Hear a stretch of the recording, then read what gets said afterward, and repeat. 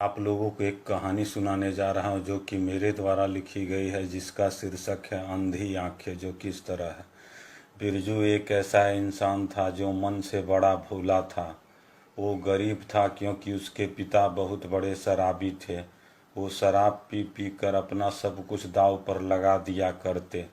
पीते पीते एक दिन उनकी जान चली गई, लेकिन मरते मरते कई लोगों का ऋण करते गए, जिसे आज भी बिरजू को चुकाना पड़ता है। बिरजू अपनी माँ का इकलौता बेटा था। उसके साथ उसकी पत्नी पारो और 8 साल की एक बिटिया रहती थी।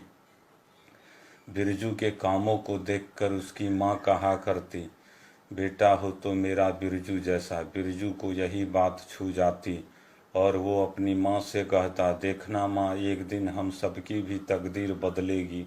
यही आशा लिए वह सुबह से शाम तक भूंजा बेचा करता था। रोज उसकी माँ शाम की बेला में घंटों बैठकर कच्चे चावल चने भूंजा करती थी।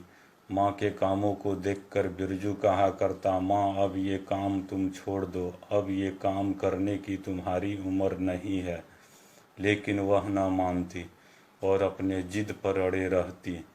बिरजू की पत्नी खाना पकाया करती थी और बिरजू बैठकर माँ के कामों को देखा करता था।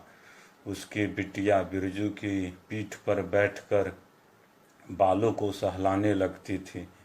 तब बिरजू अपनी माँ की फटी साड़ी को देखकर सोचा करता, कल के पैसे बचाकर अपनी माँ के लिए एक साड़ी लेते आऊँगा। वो इस तरह के रोज़ सोचा करता था, लेकिन पैसे नहीं बचा पाता था। इतने में बेटी के शरारत से बिरजू बिफर पड़ता और कहता, तू बैठती है या मैं यहाँ से चला जाऊँ।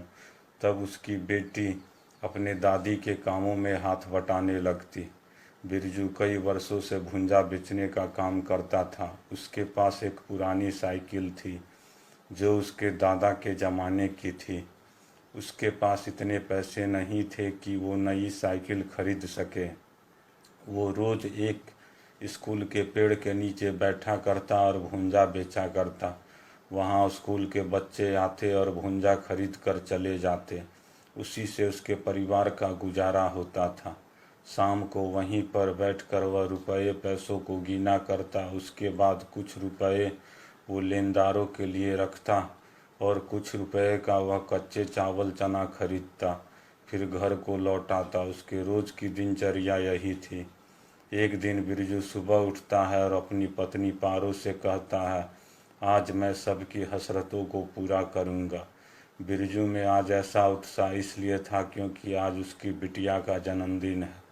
इसलिए आज वह वर्षों से जमा चुक्के को फोड़ डालता है और हर दिन की तरह आज सुबह सवेरे ही अपने काम पर चला जाता है और पेड़ के नीचे बैठकर वह अपनी दुकान हर दिन की तरह लगाता है।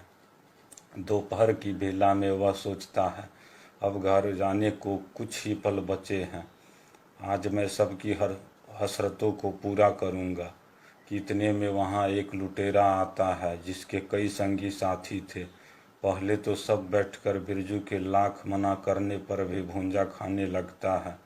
फिर सड़ा चना कह सबको फेंक डालता है।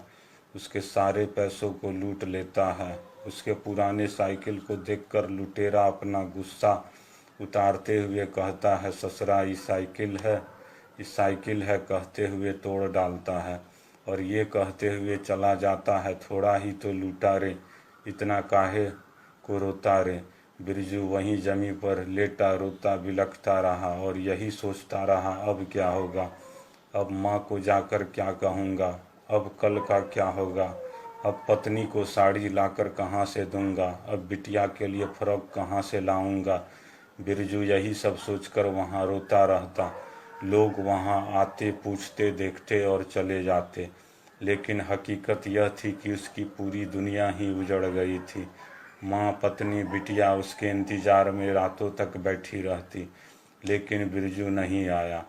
दोस्तों, यह कहानी हमें यह सिखलाती है कि अगर हम किसी को हानि पहुंचाते हैं तो हमें वह लगता है कि थोड़ी सी हानि है, लेकिन ऐसा करने से किसी की पूरी दुनिया ही उजड़ सकती है।